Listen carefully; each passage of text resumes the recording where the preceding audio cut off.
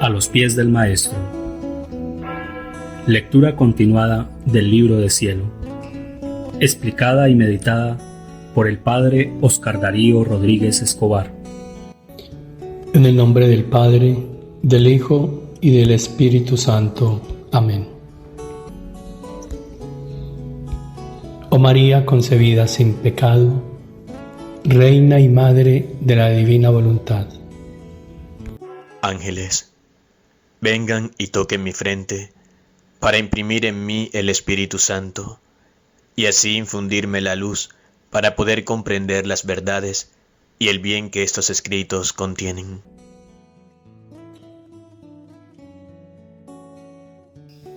Bendito, alabado y adorado seas Jesús en el santísimo sacramento del altar. Sea para siempre bendito, alabado y adorado.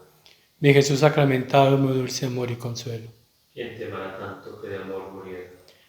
Gloria al Padre, al Hijo y al Espíritu Santo. Como era en el principio, ahora y siempre, por los siglos de los siglos. Amén. Venimos, hermanos, ante el Señor, sedientos y hambrientos, para que Él haga desahogo de su amor, dándonos a conocer estas verdades de su divina voluntad. Acompañados por nuestra Reina y Madre, María, nuestra Maestra. Continuamos entonces con el volumen 2, capítulo 6, marzo 19 de 1899. Temores de Luisa y cómo Jesús la tranquiliza. El demonio podía hablar de virtud, pero no puede infundirla en el alma. Esta mañana, dice Luisa, mientras Jesús se hacía ver, yo temía que no fuese verdaderamente Jesús, sino el demonio que me quisiera engañar. Hermanos, todo lo que hay aquí es una enseñanza. No está escrito por escribirlo, ni por contar una experiencia. Es para dar una formación, para dar luz. Aquí lo que Jesús nos está queriendo decir es que el demonio se presenta como ángel de luz. El demonio quiere imitar todo lo de Dios. Y entonces es sabio, prudente y recomendable que pensemos inicialmente que no sea Dios. Y por lo tanto hay que tratar de rechazar todo lo que nos venga. Eso fue lo que hizo Luisa. Y eso ha hecho Luisa a lo largo de varios escritos. Tuvo temor de que verdaderamente no fuese Jesús, sino el demonio. Porque ella ya había vivido una experiencia. El Señor le permitió vivir esa experiencia con el enemigo. Pero fue solo esa y nada más. ¿Por qué? Porque quien vive en su voluntad, el demonio no se le puede acercar.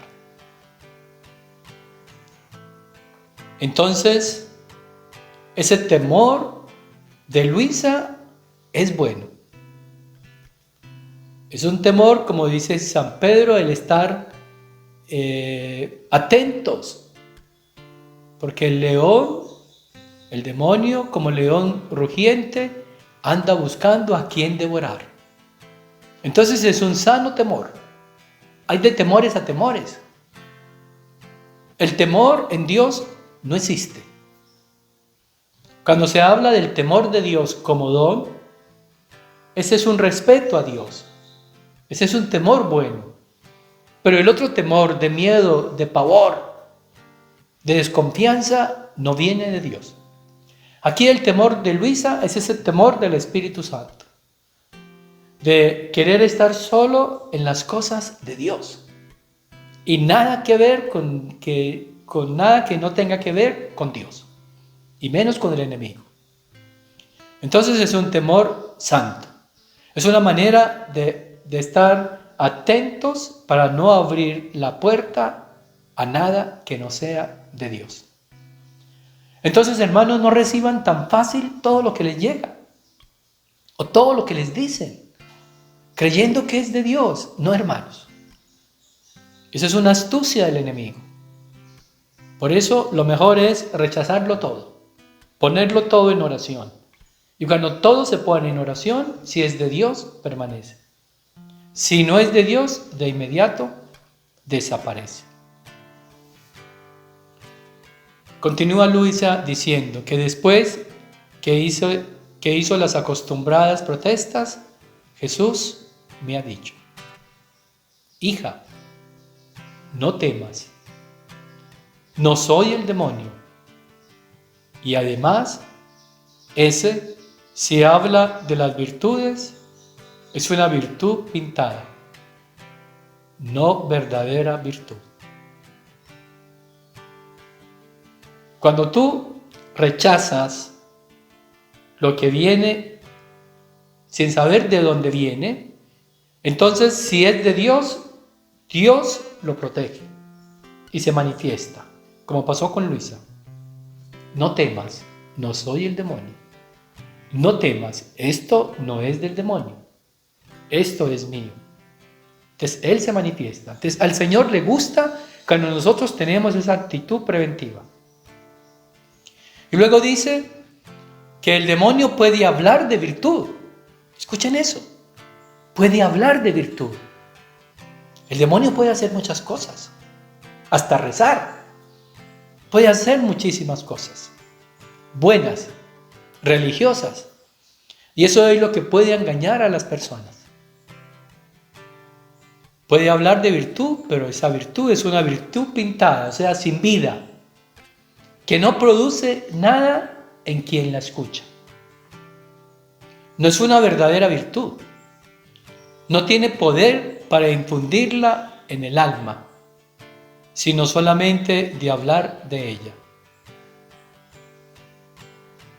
Una virtud que se habla, palabra vacía, pero que no entra al alma y por lo tanto no transforma el alma.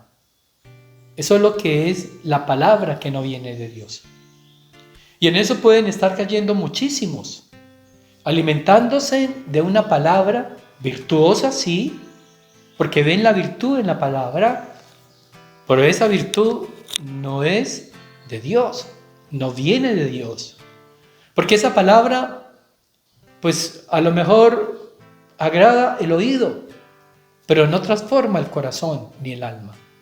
Porque cuando la palabra virtuosa viene de Dios, ella entra al corazón y lo transforma. Recuerden los discípulos de Emaús. ¿No ardía nuestro corazón cuando escuchábamos a este que nos hablaba de las Escrituras? Es una palabra que penetra como espada de doble filo para cortar y sacar lo que no es de Dios y para construir en nosotros lo que es de Dios, transformándonos en Dios. No tiene poder para infundirla en el alma. No tiene ningún poder. El poder del enemigo no puede entrar en nuestra alma, a menos que el hombre le abra la puerta. Entonces por eso tenemos que estar tranquilos. A veces las personas hablan más del demonio y en todas partes no hacen sino ver el demonio y le dan crédito al demonio. Son dos extremos, como los que dicen que el demonio no existe y ya eso es un triunfo para el demonio, y como los que en todo ven al demonio dándole un poder que no tiene. No, hermanos, tenemos que estar en el medio, donde está la virtud. ¿Y cuál es el medio? Saber que Él existe, pero que está derrotado. Y que con nosotros no tiene absolutamente nada que ver. Porque mientras esta palabra de Dios sea nuestro alimento, esa palabra de Dios va a ir construyendo en nosotros el reino. Y cuando se construye el reino, el enemigo no tiene absolutamente nada que ver allí. Ni tiene poder para infundirla en el alma, sino solamente de hablar de ella. Y si alguna vez muestra que quiere hacer practicar un poco de bien, no es perseverante. Y en el mismo acto en que el alma hace ese poco bien, el alma está desganada y agitada. Su palabra no tiene poder. Su palabra, su bien, su virtud, que es un engaño, porque no es tal virtud, sino que es un vicio. Pero es un engaño, está disfrazado, que produce en el alma, no produce constancia. Dice Jesús, desgana y agita el alma de quien lo escucha. No hay perseverancia. Por eso tenemos que ser muy perseverantes, porque la perseverancia es una virtud divina que Dios nos da y es una señal. Cuando hay perseverancia en mí, eso es de Dios. Pero cuando no hay perseverancia en mí, tengo que preocuparme, porque o soy yo que no estoy alimentándome de esa perseverancia, o lo que estoy escuchando no viene de Dios. Solo yo, dice Jesús, tengo la potencia de infundirme en el corazón y de hacer practicar las virtudes y de hacer sufrir con ánimo y tranquilidad y con perseverancia. Solo yo, solo Jesús tiene la potencia de infundirse en el corazón. Solo Jesús puede entrar en el corazón, en el alma. Solo Jesús puede hacer que las virtudes se vuelvan vida en nosotros. Solo Él. Por eso tenemos que invocar siempre a Jesús, su nombre, para que Él venga a reinar en nuestros corazones, en nuestras almas. Y si Él reina en nosotros, ¿quién más puede entrar? Si Él está allí morando en nosotros, ¿quién más puede entrar? Si Él lo ocupa todo. Si nuestra alma no es suficiente para poder abarcarlo a Él. Y si no es capaz de abarcarlo totalmente a Él, ¿será que quedará algún espacio para algún otro? No. Solo yo tengo la potencia, el poder de infundirme en el corazón, de meterse en el corazón, de transformar ese corazón, de volver ese corazón de piedra en un corazón de carne, dócil, y de hacer practicar las virtudes. Y hacer, escuchen, y hacer sufrir con ánimo, con tranquilidad y con perseverancia. El sufrimiento es una virtud. Nos lo está diciendo el Señor. ¿Y qué te dice el enemigo? ¿Qué te dice el mundo? Una mentira. Te dice que el sufrir es una desgracia, que es lo peor que te puede acontecer. Entonces acércate al Señor para que te quite el sufrimiento. Cuidado. Lo que está diciendo el Señor acá es que el sufrir es una virtud. Y cuando es una virtud en el hombre, en el alma, ésta la vive con ánimo. Es increíble ver cómo los santos le pedían al Señor el sufrimiento. Y ver cómo Luisa se le enoja al Señor cuando no sufre. Y le dice, es que ya no me quieres. Tan parecido al lenguaje de nosotros, que cuando nos sentimos que estamos sufriendo, le estamos diciendo al Señor que es que no nos quiere, porque estamos sufriendo, porque no hemos entendido. El sufrimiento es una virtud, porque el sufrimiento lo que hace es purificar el alma, porque a través del sufrimiento el Señor entra en nuestra alma, en nuestro corazón y lo purifica. Y por eso ese sufrimiento hay que vivirlo con ánimo, con tranquilidad, con paz, sin turbación. La turbación no entra en Dios, no hace parte de Dios. Y con perseverancia. perseverar en esa virtud. Hermanos, estas son señales de la presencia de Dios en nosotros. Además, dice Jesús, cuando el demonio ha ido en busca de virtud, su búsqueda son los vicios. Por eso no temas y estate tranquilo. No va a entregarte virtud, no va en búsqueda de virtud. Eso es un disfraz. Detrás, lo que está pretendiendo es enredarte en sus vicios, en sus pecados, en sus maldades. Es una trampa, es una red que está tejiendo para enredarte. Por eso San Pedro decía, hay que estar vigilantes, porque como león rugiente anda buscando a quien devorar. Resistirle en la fe. Resistirles en la fe. No busca la virtud. Lo que busca es otra cosa. Vamos al volumen, dentro de este mismo volumen 2, capítulo 7. Marzo 20 de 1899. Jesús vierte sus amarguras y le dice la causa de los males del mundo. La causa del mal en el mundo. ¿Por qué el mundo está así? Aquí hay una luz impresionante y que la vamos a conectar con el tema anterior, por eso los uní. O por eso el Señor quiso que los uniera. Porque aquí hay una trampa. Esta mañana Jesús me ha transportado fuera de mí misma y me ha hecho ver mucha gente, toda en discordia. El problema de la división en el mundo, la discordia, las peleas, los enfrentamientos, las guerras, todo. Oh, cuánta pena daba a Jesús.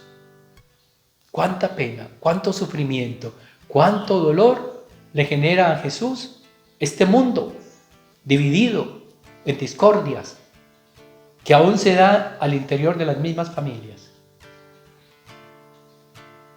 Yo, viéndolo sufrir, le he pedido que vertiera en mí sus amarguras. Pero como continuaba queriendo castigar al mundo, Jesús no quería derramarlas en mí. Luisa se ha ofrecido, o Jesús ha querido que ella sea víctima. Y por eso Luisa le pide que su amargura la deposite en ella, para que su amargura no caiga sobre el mundo, sino que caiga sobre ella. Esa es una actitud divina, eso es un sentimiento de Jesús. Y quien está unido a Jesús vive el mismo sentimiento de Él.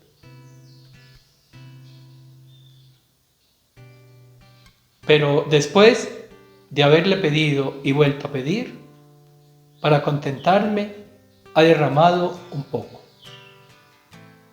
Ella le insistió, y le insistió, y le insistió, para que el Señor derramara esa amargura, no en el mundo, sino en ella. Y la insistencia, la perseverancia en la oración, en el pedir, conmueve el corazón de Jesús, el corazón del Padre. Entonces, habiéndose aliviado un poco, me ha dicho: la causa por la que el mundo se ha reducido a este triste estado, aquí nos va a hablar de la causa, del triste estado en el que se encuentra esta generación y todas, es por haber perdido la subordinación a las cabezas. Escuchen eso, la subordinación a las cabezas. Nos va a hablar de la obediencia. En un capítulo anterior ya habíamos iniciado el tema de la obediencia y dijimos que a lo largo de estas enseñanzas Él nos va a ir hablando de la obediencia y nos va a ir enseñando la obediencia, cómo vivir la auténtica obediencia.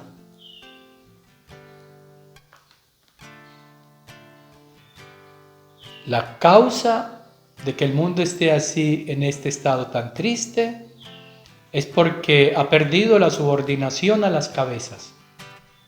Y como la primera cabeza es Dios, la cual se ha revelado, como consecuencia ha sucedido que han perdido toda sujeción y dependencia a la iglesia y a las leyes y a todos los demás que se dicen cabezas.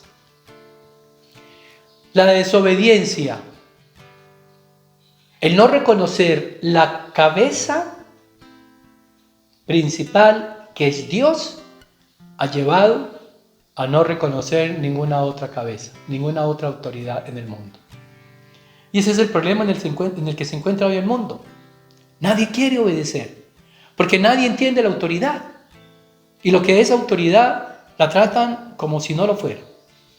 ¿Y cuál es la causa de que perdió esa autoridad, ese reconocimiento de la autoridad de Dios? De que ya no reconoce que Dios es la cabeza de todo. Entonces no se obedece a Dios. Y si no se obedece a Dios, que es la cabeza de las cabezas, entonces se va a obedecer a las demás cabezas. Por eso a la iglesia no se le obedece, ni sus leyes, dice Jesús. Porque el hombre perdió esa finalidad, esa mirada en Dios.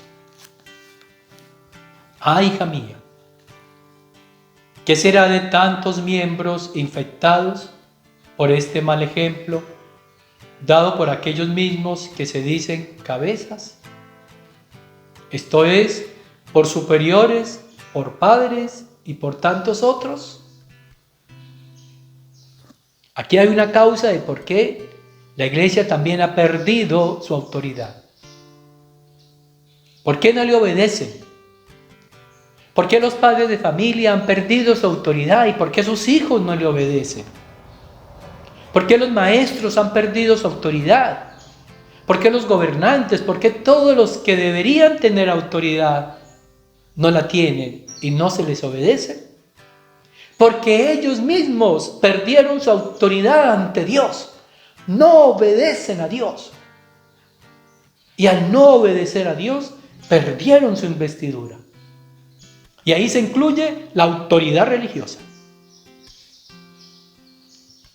Llegarán a tanto que no se reconocerán más ni padres, ni hermanos, ni reyes, ni príncipes. Estos miembros serán como tantas víboras que recíprocamente se envenenarán. Dice el Señor que son miembros contaminados, que son como serpientes que lanzan veneno y que los unos contra los otros se envenenan, se acaban, se destruyen, porque se perdió esa imagen de autoridad y por lo tanto no se respeta esa imagen. Y la causa, Dios, porque no se reconoce la autoridad, no se reconoce a Dios como autoridad, como cabeza, y se desobedece su voluntad, no se conoce su voluntad. Por eso, mira cómo son necesarios los castigos en estos tiempos, y que la muerte casi destruya a esta gente, a fin de que los pocos que queden aprendan a costa de los demás a ser humildes y obedientes. Ser humildes y obedientes. Aquí está una trampa del enemigo. El enemigo se metió de tal forma en esta generación que ha quitado la imagen de autoridad en las personas. Y entonces la gente no siente que tiene que obedecer a nadie. Las ovejas ya no son ovejas, todos quieren ser pastores, todos quieren mandar, y todos opinan, y todos dicen, entonces todo se volvió una opinión. No, se necesita la humildad y la obediencia. Dos ingredientes indispensables para que el mal en el mundo desaparezca. Y eso es lo que no existe. Estamos rodeados de una soberbia humana, del hombre que se siente dueño de sí mismo, que está en un campo que no le pertenece y que toma decisiones en cosas que él no puede tomar. que solo le competen a Dios: humildad y obediencia. Por eso déjame hacer, no quieras oponerte a que castigue a las gentes. La humildad. El reconocimiento de que sin Dios no somos capaces de nada. Por eso los santos todos concluían: somos nada. Y por eso Jesús nos ha enseñado a través de Luisa que somos nada. Pero el hombre no se siente nada. Se siente tanto como para no obedecer, como para ordenar él, y no para someterse. Y la falta de este sometimiento amoroso a Dios es lo que ha causado tanto mal en el mundo, en las familias y en el alma, en el corazón de las personas que no son obedientes. Y esa desobediencia es una señal de su falta de humildad. Desobediencia y soberbia que cobija aún a la autoridad en la iglesia.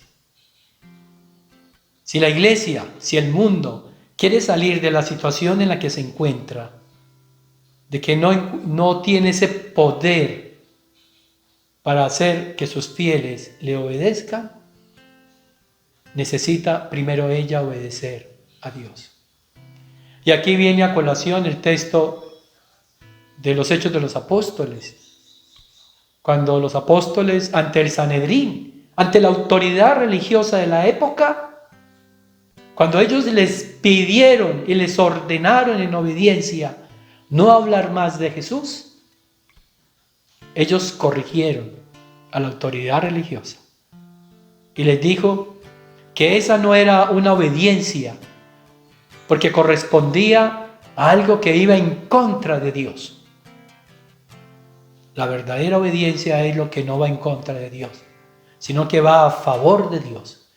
Y por eso tenemos que obedecer a Dios primero, antes que a los hombres. Y así empezó este escrito. La causa principal, dice Jesús, es que se ha perdido la subordinación a la primera cabeza que es Dios. A la primera cabeza que es Dios. Entonces revisa si tu obediencia está primero en Dios, para que luego se dé ante aquellos que tienen autoridad. Y estos que tienen autoridad deben revisar si están sometidos, si están subordinados a la primera cabeza que es Dios. Pidámosle a la Santísima Virgen María, a nuestra Reina y Madre, su intercesión. Ella es la obediente por excelencia. Se hizo la esclava. Ser esclava significa que no tiene voluntad propia, que hace todo en función de su amo y que su vida está en función de su amo. Aquí está la esclava del Señor. Hágase en mí según tu palabra, que nos enseña a nosotros a ser obedientes con la primera cabeza que es Dios. Reina y Madre de la Divina Voluntad, haz que el reino de Dios se establezca entre nosotros. Gloria al Padre, al Hijo y al Espíritu Santo. Como era en el principio, ahora y siempre, por los siglos de los siglos. Amén. Y el Señor esté con vosotros. Con tu espíritu. Y la bendición de Dios Todopoderoso, Padre, Hijo y Espíritu Santo, descienda sobre ustedes, sobre sus familias, sobre las almas de purgatorio y permanezca para siempre. Amén. Dale, Señor, el descanso eterno. Ville para ellos la nuestra fe. Descansen en paz. Amén. Las almas de los fieles difuntos, por la misericordia de Dios, descansen en paz. Amén. Amén.